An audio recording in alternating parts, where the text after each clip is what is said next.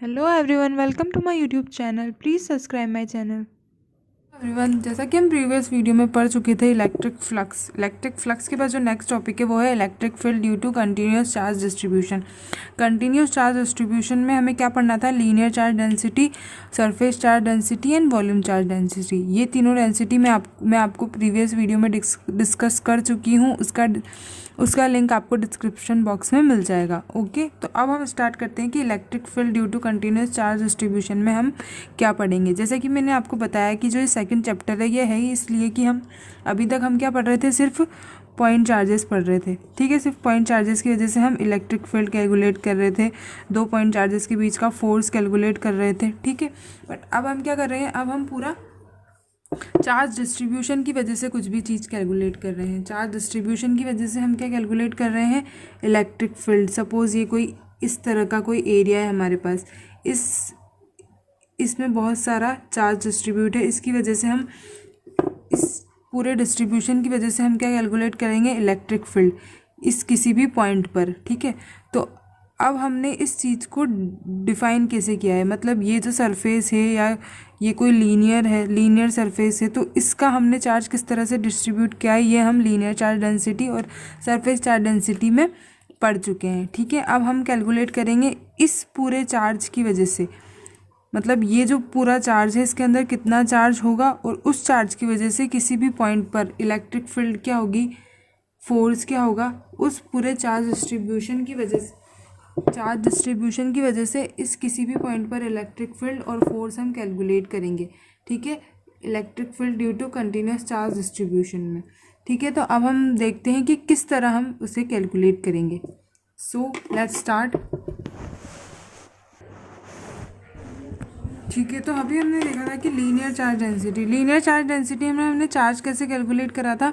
Linear charge density में जो total charge था डी क्यू, वो क्या था? Lambda D L. मतलब उसकी चार्ज डेंसिटी जो लीनियर सरफेस था उसकी चार्ज डेंसिटी और उसकी लेंथ, ये हमने इस क्या था? टोटल चार्ज का फॉर्मूला था lambda D L linear charge density में। ये हम डिस्कस कर चुके हैं और उस वीडियो का लिंक आपको डिस्क्रिप्शन बॉक्स में मिल जाएगा। ठीक है, और सरफेस चार्ज डेंसिटी था जो क्या था? D sigma. Surface charge density में हम टोटल चार्ज कैसे कैलकुलेट कर रहे थे? D Q is equals to था सिग्मा डी एस। सिग्मा तो सरफेस चार्ज डेंसिटी और डी एस क्या था? उसका एरिया, किसी भी सरफेस का एरिया। ये 2 डायमेंशन के लिए होगा। ठीक है, एरिया हम किसका निकालते हैं? 2 डायमेंशन का। और अगर हम 3 डायमेंशन की बात करते हैं, सपोज अगर हम 3 डायमेंशन की बात करते हैं, तब हम क्या बात करते हैं? 3 डायमेंशन में हम निकालते हैं वॉल्यूम। तो इसका जो चार्ज होगा वो क्या होगा? Rho D V, total volume into volume charge density. यहाँ पे ये है वॉल्यूम चार्ज डेंसिटी, ये है सरफेस चार्ज डेंसिटी सिग्मा और ये है लीनियर चार्ज डेंसिटी लैम्डा। ठीक है, अब हम इसमें इन सरफेस और इन वॉल्यूम और लीनियर चार्ज डिस्ट्रीब्यूशन की वजह से किस तरह इलेक्ट्रिक फील्ड कैलकुलेट करेंगे। ठीक है, तो इसका जो कॉन्सेप्ट है वो किस तरह का है ये सबसे पहले हम देखते हैं। तो इसका अगर कॉन्सेप्ट देखें तो क्या होगा? सपोज़ ये कोई एरिया है। ठीक है, सपोज़ ये कोई मैंने एरिया मान लिया है। ठीक है, सपोज़ ये कोई एरिया है, तो इस एरिया में हम किस तरह कैलकुलेट करेंगे?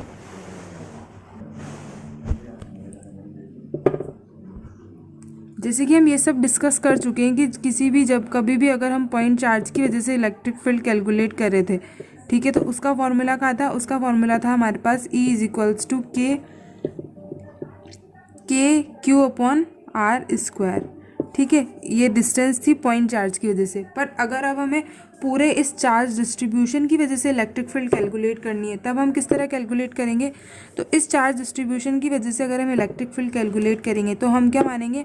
हम बहुत ही छोटे छोटे एलिमेंट मानेंगे। इस पूरे सरफेस को इतने छोटे छोटे एलिमेंट्स में डिवाइड करेंगे ताकि ये क्या बन जाए? एक पॉइंट चार्ज की तरह बिहेव करे। ठीक है, ये जो एलिमेंट है ये किस तरह का? बहुत ही स्मॉल बन जाए। इसको हम इनफाइनाइट एलिमेंट्स में डिवाइड करेंगे, बहुत ही छोटे छोटे एलिमेंट्स में हम इसे डिवाइड करेंगे सरफेस को। ठीक है, तो ये क्या बन जाए? ये किस तरह बिहेव करेगा? पॉइंट चार्ज की वजह से। ठीक है, तो अब हम ये देखते हैं कि ये कोई भी सरफेस है जिसका एरिया है ए। ठीक है, इस सरफेस का एरिया क्या है? ए। अब हमें क्या कैलकुलेट करना है? हमें इस सबसे पहले हम इस एलिमेंट की वजह से इलेक्ट्रिक फील्ड कैलकुलेट करेंगे, ठीक है। तो सपोज़ ये कोई एलिमेंट है, तो इसमें कितना चार्ज होगा, इस पूरे सरफेस का चार्ज हो गया कैपिटल क्यू।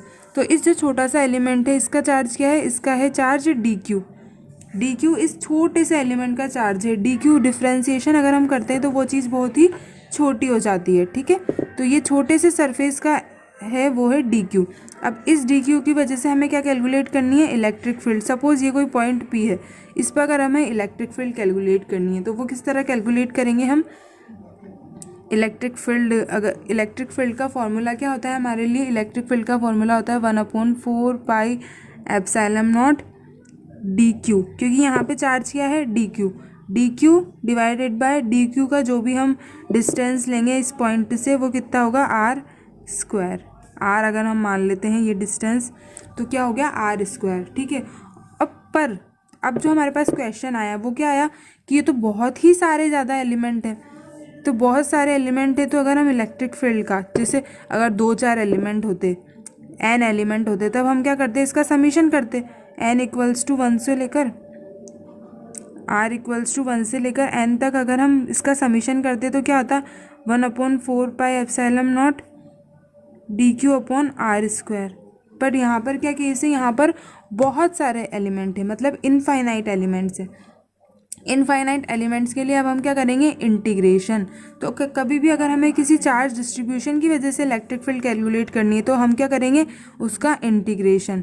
तो क्या हो गया, अब हमारे पास formula 1/4 pi epsilon naught D Q upon R square, ठीक है। ये हो गया हमारे पास फॉर्मूला इलेक्ट्रिक फील्ड कैलकुलेट करने के लिए किसी भी चार्ज डिस्ट्रीब्यूशन की वजह से, ठीक है। अब इंटीग्रेशन कहाँ से कहाँ तक होगा, ये हमें जब कोई सरफेस या कुछ भी वॉल्यूम, कुछ भी सरफेस मिलेगा तब हमें पता पड़ेगा कि हम किस चीज़ को एक्सटेंड कर रहे हैं, तो उसी का इंटीग्रेशन होगा। इस तरह अगर हम किसी भी सरफेस की वजह से या उसकी वजह से अगर हम इलेक्ट्रिक फील्ड कैलकुलेट करेंगे तो वो कैसे कैलकुलेट करेंगे, ठीक है। तो इस सरफेस की वजह से अब हमने देखा कि लीनियर चार्ज डेंसिटी और सरफेस चार्ज डेंसिटी और वॉल्यूम चार्ज डेंसिटी की वजह से किस तरह इलेक्ट्रिक फील्ड कैलकुलेट करेंगे। तो आइए अब हम इसे देखते हैं। अब हमारे पास केस क्या आता है, अब हमारे पास केस क्या आता है कि सपोज़ कोई लीनियर एलिमेंट है, ठीक है। इस तरह का कोई लीनियर एलिमेंट है, सपोज़ ये कोई लीनियर एलिमेंट है, सपोज़ कोई रोड है, ठीक है, कोई रोड है या कोई वायर है, कुछ भी है, ठीक है। तो ये लीनियर एलिमेंट है। इसकी वजह से जो इलेक्ट्रिक फील्ड होगी, अभी तक हम पॉइंट चार्ज की वजह से कर रहे थे, पर इसकी वजह से जो इलेक्ट्रिक फील्ड होगी वो क्या होगी, वो होगी इलेक्ट्रिक फील्ड = इंटीग्रेशन, जो कि अभी हमने पढ़ा 1/4 pi epsilon naught, 1/4 pi epsilon naught. अब यहाँ पे डी क्यू क्या है हमारा, लैम्डा डी एल। तो डी क्यू की जगह हम लिख देंगे lambda D L divided by R square, क्योंकि डी क्यू क्या है, डी क्यू का होगा lambda D L upon R square. तो लीनियर चार्ज की वजह से जो ये लीनियर चार्ज एलिमेंट है, लीनियर चार्ज डिस्ट्रीब्यूशन बोल सकते हैं हम इसे, उसकी वजह से जो इलेक्ट्रिक फील्ड है वो क्या होगी, 1/4 pi epsilon naught integration lambda D L upon R square. Similarly अगर हम सरफेस चार्ज की बात करें, सरफेस चार्ज की वजह से, सरफेस चार्ज मतलब कोई इस तरह का एरिया हो सकता है 2 डायमेंशन का, कोई रिंग हो सकती है, इस तरह की रिंग हो सकती है, ठीक है। तो इस रिंग में भी हम आगे कैलकुलेट करेंगे पूरी रिंग की वजह से जो इलेक्ट्रिक फील्ड होगी, ठीक है। तो इसका जो फॉर्मूला होगा वो क्या होगा, 1/4 pi epsilon naught integration sigma D S upon R square, क्योंकि यहाँ पे जो टोटल चार्ज है वो कितना है, सिग्मा डी एस। सिग्मा मतलब surface charge density, D S मतलब इसका एरिया, सरफेस एरिया। सिमिलरली अगर हम वॉल्यूम की बात करें, कोई भी वॉल्यूम है, सपोज़ ये कोई स्फेयर है, इस तरह का अगर कोई स्फेयर है, वॉल्यूम की बात करें, तब क्या होगा, हमारा जो होगा इलेक्ट्रिक फील्ड होगी वो होगी 1/4 pi epsilon naught integration rho D V upon R square. Rho D V मतलब ये वॉल्यूम चार्ज डेंसिटी और डी वी उसका वॉल्यूम, जो सरफेस हम ले रहे हैं उसका वॉल्यूम, ठीक है। तो इस तरह हम क्या करेंगे, इलेक्ट्रिक फील्ड, इस तरह हम इलेक्ट्रिक फील्ड कैलकुलेट करेंगे due to continuous charge distribution. अलग अलग चार्ज डिस्ट्रीब्यूशन की वजह से हम इलेक्ट्रिक फील्ड इस तरह कैलकुलेट कर सकते हैं, ठीक है। तो अब हम इलेक्ट्रिक फील्ड कैलकुलेट करेंगे एक तो लीनियर एलिमेंट की वजह से, इस तरह का कोई लीनियर एलिमेंट है, कोई रोड, उसकी वजह से इलेक्ट्रिक फील्ड कैलकुलेट करेंगे किसी भी पॉइंट पर, एक्सियल और इक्वेटोरियल पॉइंट पर। और नेक्स्ट हम कैलकुलेट करेंगे कोई भी सरफेस एलिमेंट है, इस तरह का अगर कोई सरफेस होगा, इसकी वजह से रिंग की वजह से हम इलेक्ट्रिक फील्ड कैलकुलेट करेंगे किसी भी पॉइंट पर। तो आइए अब हम इसे आगे अच्छे से और देखते हैं। अब जो हम टॉपिक स्टार्ट करने वाले हैं वो है electric field due to various charge distribution. ये जो टॉपिक है ये आपका अलग अलग एग्जामिनेशन, जब आप IIT JEE, IIT JAM, net, TIFR, जेस्ट जो भी एग्जामिनेशन फाइट करते हैं उसमें भी ये टॉपिक आपके लिए इम्पोर्टेंट है।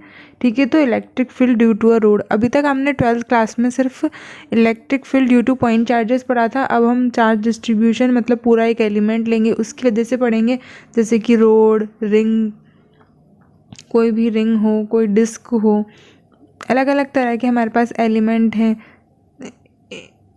उनकी वजह से अब हम इलेक्ट्रिक फील्ड कैलकुलेट करेंगे। तो अभी जो हम टॉपिक पढ़ेंगे वो है electric field due to a rod, मतलब एक रोड है उसकी वजह से किसी भी पॉइंट पर क्या इलेक्ट्रिक फील्ड होगी ये हम कैलकुलेट करेंगे। ठीक है, तो अब हमें उसके लिए क्या चाहिए, एक तो रोड चाहिए। ठीक है, और रोड की बजाय अब हमें पॉइंट चाहिए कि जिस पॉइंट पर हमें इलेक्ट्रिक फील्ड कैलकुलेट करनी है। ठीक है, और अगर हम माने तो हमें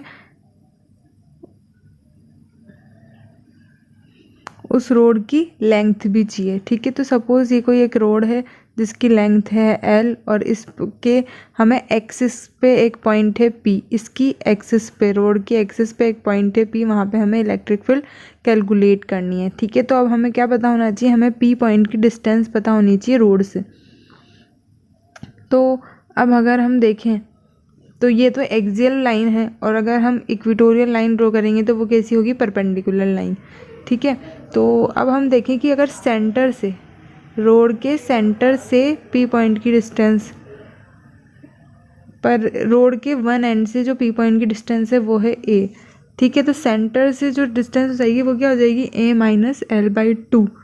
ठीक है, नाउ अब हमें ये देखना है कि हमें ये एक्सप्लेन करना है कि हमें क्या क्या दे रखा है और किस चीज़ को यूज़ कर हमें इलेक्ट्रिक फील्ड कैलकुलेट करनी है। ठीक है, तो अगर हम मान लेते हैं कि इसकी जो चार्ज डेंसिटी है, linear charge density of this rod is lambda. So यहाँ पे हमें एक्सप्लेन करना पड़ेगा, let lambda be the linear charge density of this rod. ठीक है, अब उसके बाद हमें क्या दे रखा है, उसके बाद हमें एक रोड दे रखी है, पॉइंट P दे रखा है, और रोड की जो लेंथ है वो L है। इस तरह की हमें एक रोड दे रखी है, L लेंथ की रोड है, पॉइंट P पर हमें इलेक्ट्रिक फील्ड कैलकुलेट करनी है। तो अभी हमने इस पर एलिमेंट माना है DQ, जिसका चार्ज है, उस एलिमेंट का चार्ज DQ है और उसकी जो डिस्टेंस है वो DX है। ठीक है, और अगर हम देखें तो इसका जो टोटल चार्ज है वो है +Q, और इस जो एलिमेंट का चार्ज है वो है DQ। इस छोटे से एलिमेंट का जो चार्ज है DQ, पहले हम इस एलिमेंट की वजह से इलेक्ट्रिक फील्ड कैलकुलेट करेंगे पॉइंट P पर। इसकी जो डिस्टेंस है इस छोटे से एलिमेंट की वो क्या है, x डिस्टेंस, वो हमने मानी है। ठीक है, ये हमने अपने आप से मानी है। तो अब हमें एक्सप्लेन करना पड़ेगा कि let at a distance x from the charge element dq at point P we have charge element DQ। ठीक है, अब अगर हम देखें कि लीनियर चार्ज डेंसिटी में हमने पढ़ा था कि टोटल चार्ज क्या होता है, lambda into L, Q is equals to lambda into L, total charge होता है लैम्डा इंटू एल। तो अगर हम इस छोटे से एलिमेंट के लिए देखें तो क्या होगा, हमारे पास charge DQ will be is equals to lambda DX, क्योंकि जो डिस्टेंस है वो इतनी सी है और जो चार्ज है वो इतने से छोटे से एलिमेंट का हमें पता करना है, तो वो क्या होगा, लैम्डा DX हमारे लिए। तो ये हमारी फर्स्ट इक्वेशन है। सेकंड अब हम जानते हैं कि पॉइंट चार्ज की वजह से जो इलेक्ट्रिक फील्ड होती है वो कितनी होती है, K, उसका चार्ज, अभी इस एलिमेंट का चार्ज DQ है अपॉन x², क्योंकि उस एलिमेंट की जो डिस्टेंस है पॉइंट P से वो x है। तो DQ की जगह हम रखेंगे लैम्डा DX, तो क्या हो जाएगा, K lambda DX upon x²। ठीक है, अब हम ये जानते हैं कि जब भी हमें पूरे एलिमेंट का निकालना होता था, एलिमेंट से पूरे डिस्ट्रीब्यूशन का निकालना होता था, तो हमें क्या करना था, इंटीग्रेशन। ये हम कॉन्सेप्ट ऑलरेडी डिस्कस कर चुके हैं। ठीक है, तो जब हम इंटीग्रेशन करेंगे तो अब इंटीग्रेशन किस चीज़ का होगा, dx का, लेंथ का इंटीग्रेशन होगा, क्योंकि इस एलिमेंट को जब हम अपन पूरे एरिया में एक्सटेंड करेंगे तो क्या होगा, वो dx से l लेंथ हो जाएगी। ठीक है, तो अब हम k लैम्डा को बाहर ले लेते हैं। k लैम्डा को बाहर लेने के बाद क्या बचेगा हमारे पास, k lambda integration dx upon x square. ठीक है, तो p इस एंड से इस एंड तक, लास्ट एंड तक हमें एक्सटेंड करना है। ठीक है, तो हमारे पास जो लिमिट होगी वो क्या होगी, लिमिट जो लेंगे हम वो लेंगे a से लेके l प्लस a तक, क्योंकि ये जो वन एंड की डिस्टेंस है वो a है और उसके बाद जो अदर एंड की डिस्टेंस है वो कितनी होगी हमारे पास l प्लस a। तो इंटीग्रेशन हम कहाँ से कहाँ तक करेंगे, a से लेकर a प्लस l लिमिट होगी डिस्टेंस की। ठीक है, तो अब हम देखते हैं कि किस तरह होगा। k लैम्डा को हमने बाहर लिया, इंटीग्रेशन a से लेकर l plus a dx upon x square. तो लैम्डा अपॉन 4πε0, k की वैल्यू होती है 1/4πε0, तो 1/x स्क्वायर का जब हम इंटीग्रेशन करेंगे तो वो क्या होगा, -1/x। ठीक है, तो -1/x में अब हम वैल्यू पुट करेंगे जो कि है a l प्लस a से l प्लस a की जो हम वैल्यू पुट करेंगे, नेगेटिव साइन आगे आ जाएगा, क्या बचेगा, -λ अपॉन 4πε0 -λ अपॉन 4πε0। सॉरी, यहाँ पे l की जगह a आएगा, क्योंकि लिमिट क्या है हमारी, a से l प्लस a लिमिट है, इसीलिए क्या जो हमारे पास बचेगा वो क्या बचेगा, 1/l plus a, 1/l plus a minus 1/a आएगा। ठीक है, तो बचेगा हमारे पास lambda l upon 4πε0 l plus a बचेगा। Electric field due to a rod क्या आ रही है हमारे पास, lambda l upon 4πε0 l plus a। This is our final answer. ठीक है, तो अगर हम किसी भी इलेक्ट्रिक फील्ड या चार्ज डिस्ट्रीब्यूशन की वजह से, किसी रोड की वजह से अगर हम इलेक्ट्रिक फील्ड कैलकुलेट करेंगे तो वो क्या होगी हमारे पास, lambda l upon 4πε0 l plus a, जहाँ पर लैम्डा क्या है, लीनियर चार्ज डेंसिटी, और l जो है लेंथ ऑफ द रोड है, और a क्या डिस्टेंस है हमारी, a जो डिस्टेंस है वो क्या है जो ना।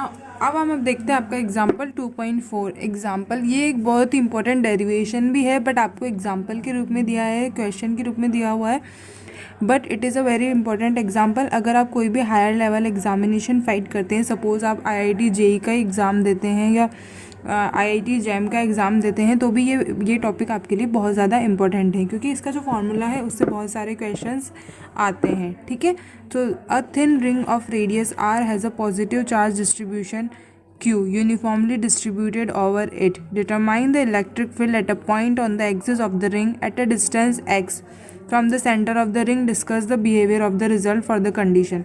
ठीक है, तो अब आपको ये क्वेश्चन पढ़ के इसकी लैंग्वेज बहुत ज़्यादा डिफिकल्ट लग रही होगी। ठीक है, पर ऐसा नहीं है, बहुत सिंपल क्वेश्चन है। तो सबसे पहले जो हमें क्वेश्चन में दे रखा है वो हमें ड्रॉ कर लेना चाहिए कि हमें क्या कैलकुलेट करना है और हमें क्या क्या दे रखा है। तो यहाँ पे इसने बोल रखा है a thin ring of radius r has a positive charge u uniformly distributed over it.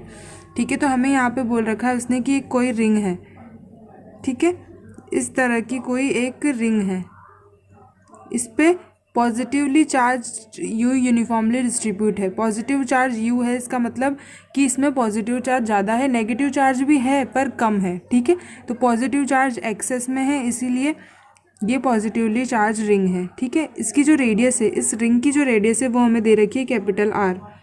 ठीक है, क्वेश्चन को बहुत ध्यान से पढ़िए, हमें एक रेडियस r की एक रिंग दे रखी है। ठीक है, और इसमें पॉजिटिवली चार्ज डिस्ट्रीब्यूटेड है, मतलब पॉजिटिव चार्ज ज़्यादा है, नेगेटिव चार्ज भी है, ऐसा नहीं है कि नेगेटिव चार्ज नहीं है, पर वो कम क्वांटिटी में है। Determine the electric field at a point on the axis of the ring at a distance x from the centre of the ring. ठीक है, अब ये जो रिंग है इसकी जो एक्सिस होगी वो क्या होगी, एक्सिस होगी जो सेंटर से पास होगी। ठीक है, ये हो गई हमारी एक्सिस ऑफ द रिंग। ठीक है। अब हमें बोल रखा है determine the electric field at a point on the axis of the ring.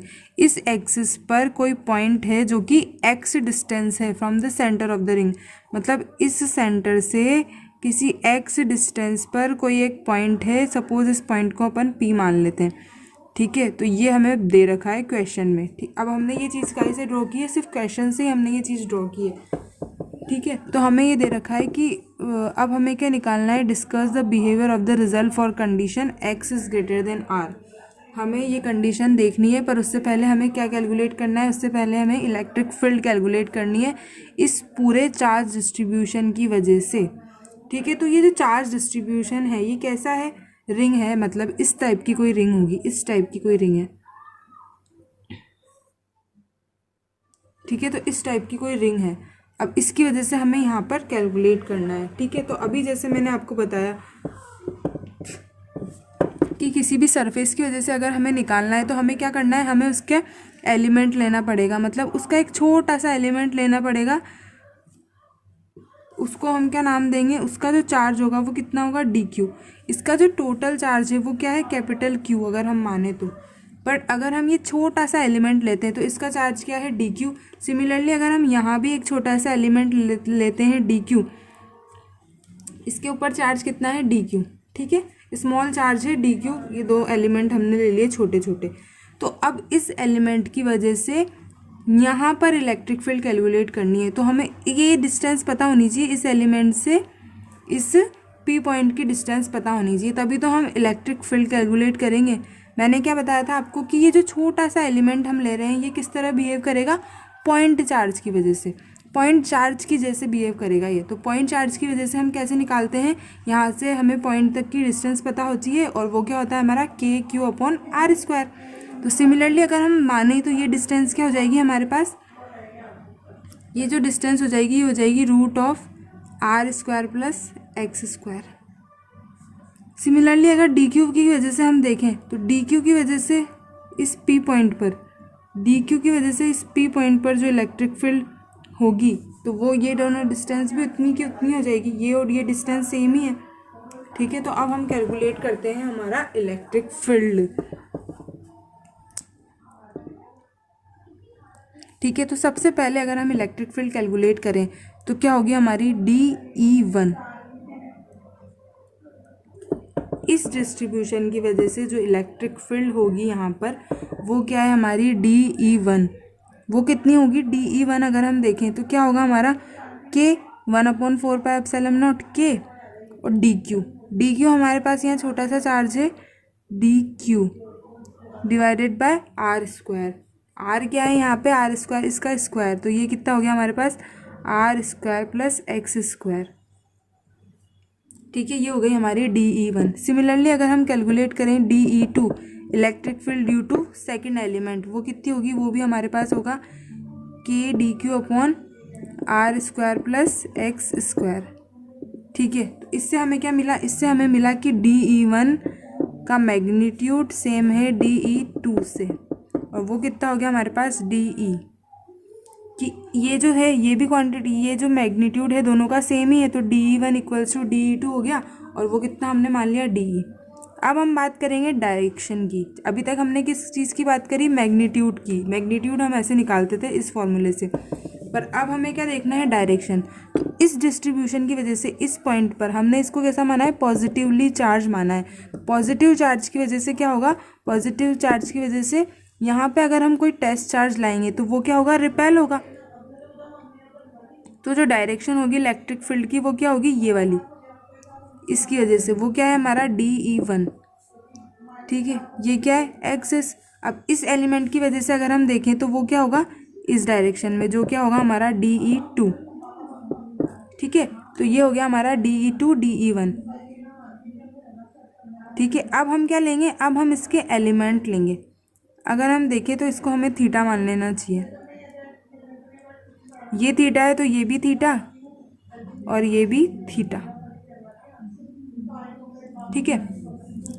तो इसके अब हम क्या लेंगे, एलिमेंट। तो अगर हम DE1 का एलिमेंट लें तो इस एक्सिस पर क्या होगा, एलिमेंट किस तरह लेते हैं ये भी आप समझ लीजिए। आपको एक एक पॉइंट क्लियर होना चाहिए, ठीक है।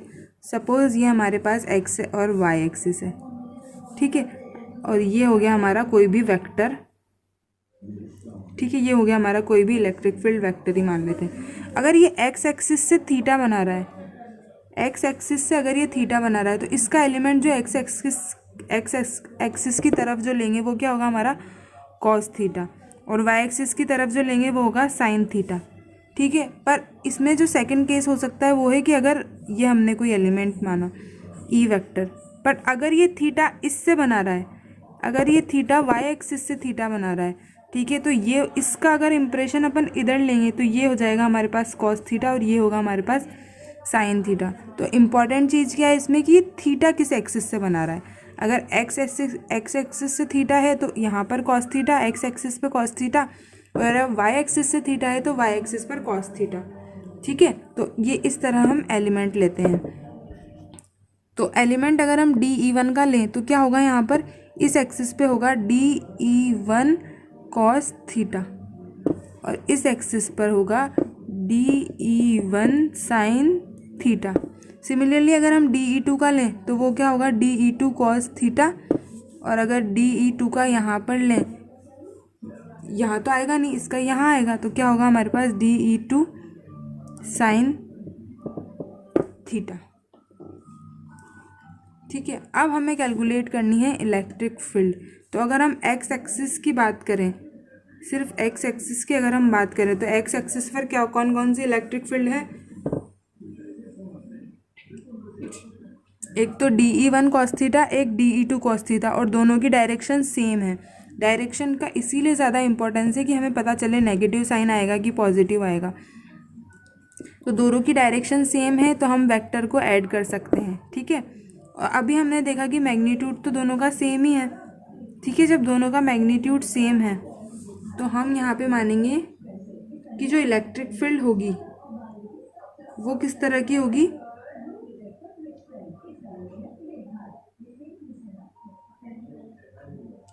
DE cos theta.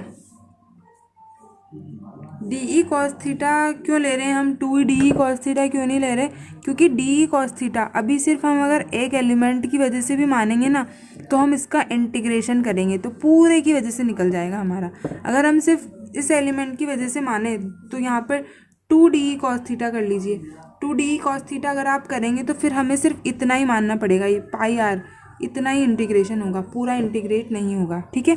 और अगर हम वाई एक्सिस की बात करें तो वाई एक्सिस पे जो कंपोनेंट है वो इक्वल एंड अपोजिट है, क्योंकि DE1 इक्वल्स टू DE2 आप देख ही चुके हैं। तो ये जो कंपोनेंट है ये इक्वल एंड अपोजिट है जो कि कैंसिल हो गए, ठीक है। तो वाई एक्सिस की तरफ जो इलेक्ट्रिक फील्ड है, वाई एक्सिस की डायरेक्शन में जो इलेक्ट्रिक फील्ड है वो हो गई cancel, DE sine theta minus DE sine theta that is equals to 0, ठीक है। अब बची सिर्फ एक्स एक्सिस की तरफ। अब एक्स एक्सिस की तरफ जो इलेक्ट्रिक फील्ड है उसे हम किस तरह कैलकुलेट करेंगे ये हम देखते हैं, ठीक है।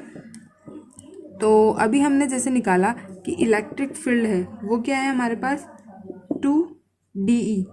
DE को अभी हमने देखा था कि हम किस तरह कैलकुलेट कर रहे थे, 1/4 pi epsilon naught integration DE का हम लिखेंगे DQ डिवाइडेड बाय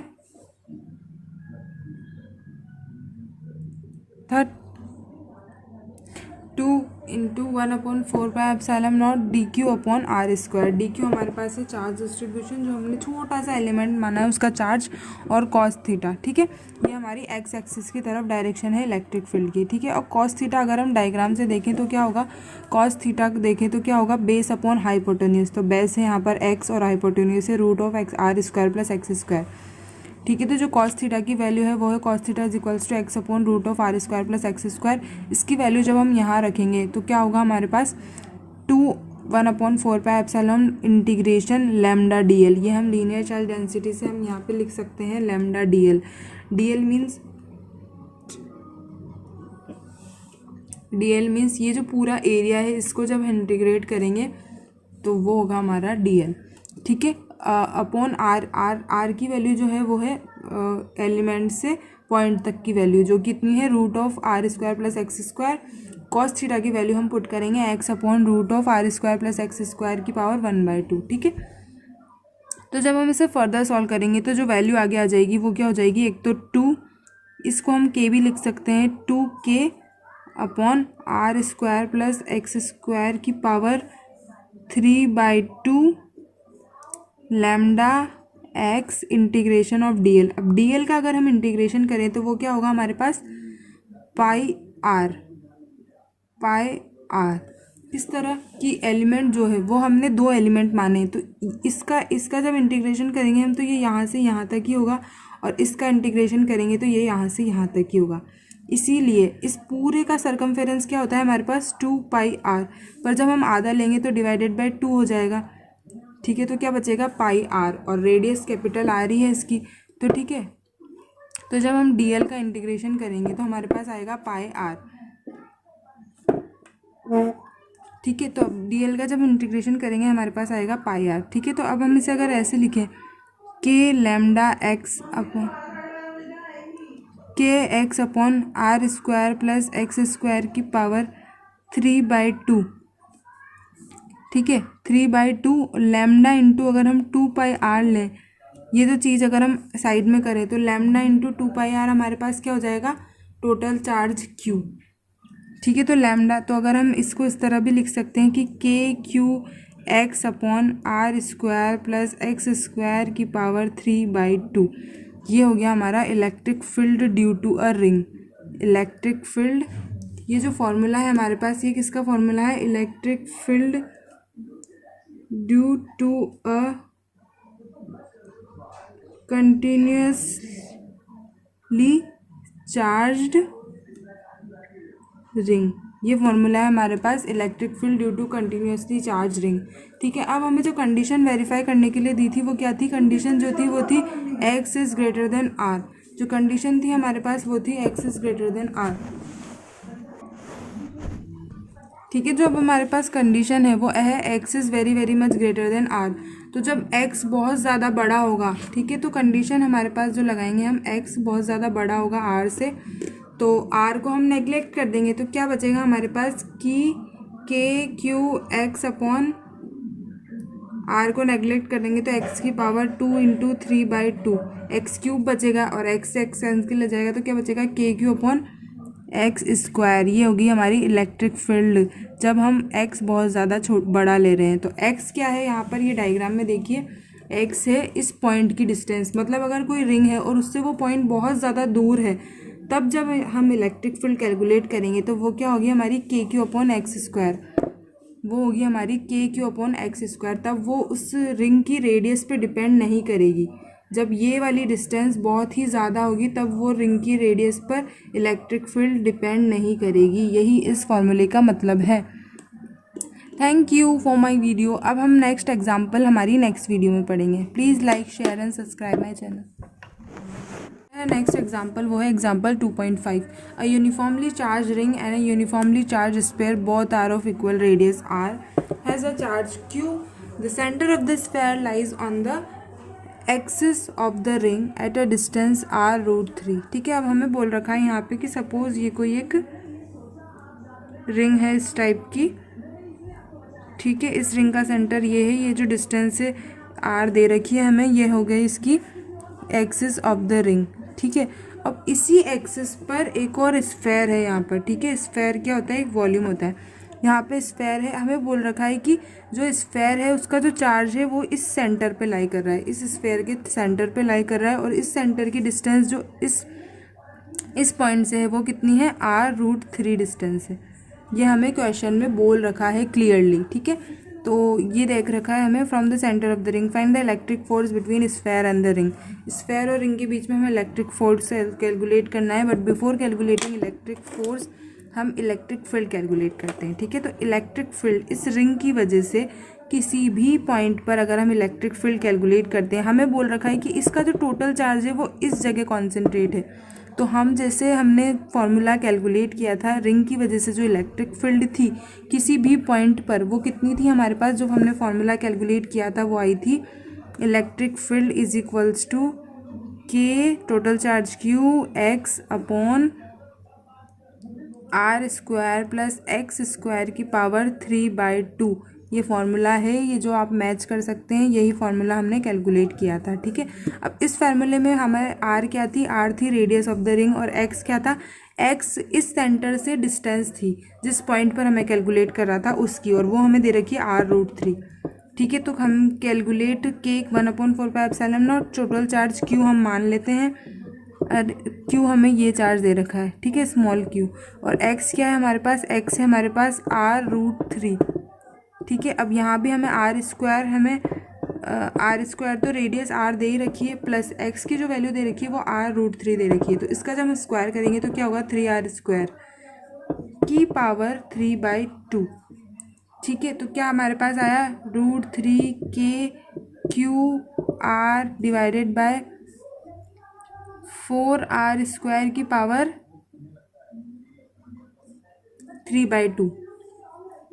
ठीक है, 4r² की पावर 3/2। तो जब हम इसे फर्दर सॉल्व करेंगे तो हमारे पास क्या आएगा, जब हम इसे सॉल्व करेंगे तो हमारे पास आएगा √3 के Q capital R divided by 4 को हम 2 का स्क्वायर भी लिख सकते हैं, और इस 3/2 करेंगे तो 2³ आएगा, तो क्या आएगा हमारे पास 8।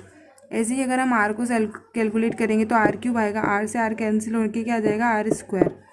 ठीक है, तो जो हमारे पास कैलकुलेट करने पर आया वो आया √3 के क्यू डिवाइडेड बाय 8r²। तो वो क्या होगा हमारे पास, √3/8 के क्यू अपॉन r²। ठीक है, ये हो गई हमारे पास इलेक्ट्रिक फील्ड। अब अगर हम देखें, अब हमें क्या कैलकुलेट करना है, फोर्स हमें कैलकुलेट करना है। तो फोर्स के लिए इसने बोल रखा है कि ये जो स्फेयर है और इसको हम क्या मान रहे हैं, पॉइंट चार्जेस मान रहे हैं, मतलब इसका जो टोटल चार्ज है वो कहाँ लाई कर रहा है, सेंटर पे। तो हम इसे पॉइंट चार्ज मान सकते हैं क्योंकि इक्वली डिस्ट्रीब्यूट होगा, तो जो पूरा जो कंसनट्रेट चार्ज होगा वो कहाँ पे कर रहा है, सेंटर पे। इसी ठीक है, तो इलेक्ट्रिक फील्ड फोर्स क्या था हमारे पास, फोर्स होता था हमारे पास QE। जब भी हम इलेक्ट्रिक फील्ड में किसी भी चार्ज को लाते थे, तो इसको अगर हम पॉइंट चार्ज माने तो इसको अगर हम इसकी इलेक्ट्रिक फील्ड में लाएंगे तो इस पर कितना फोर्स लगेगा, QE। ठीक है, तो हमारे पास जो फोर्स होगा वो क्या होगा हमारे पास, इसमें हम Q इंटू कर देंगे, तो √3 के क्यू² अपॉन 8r²।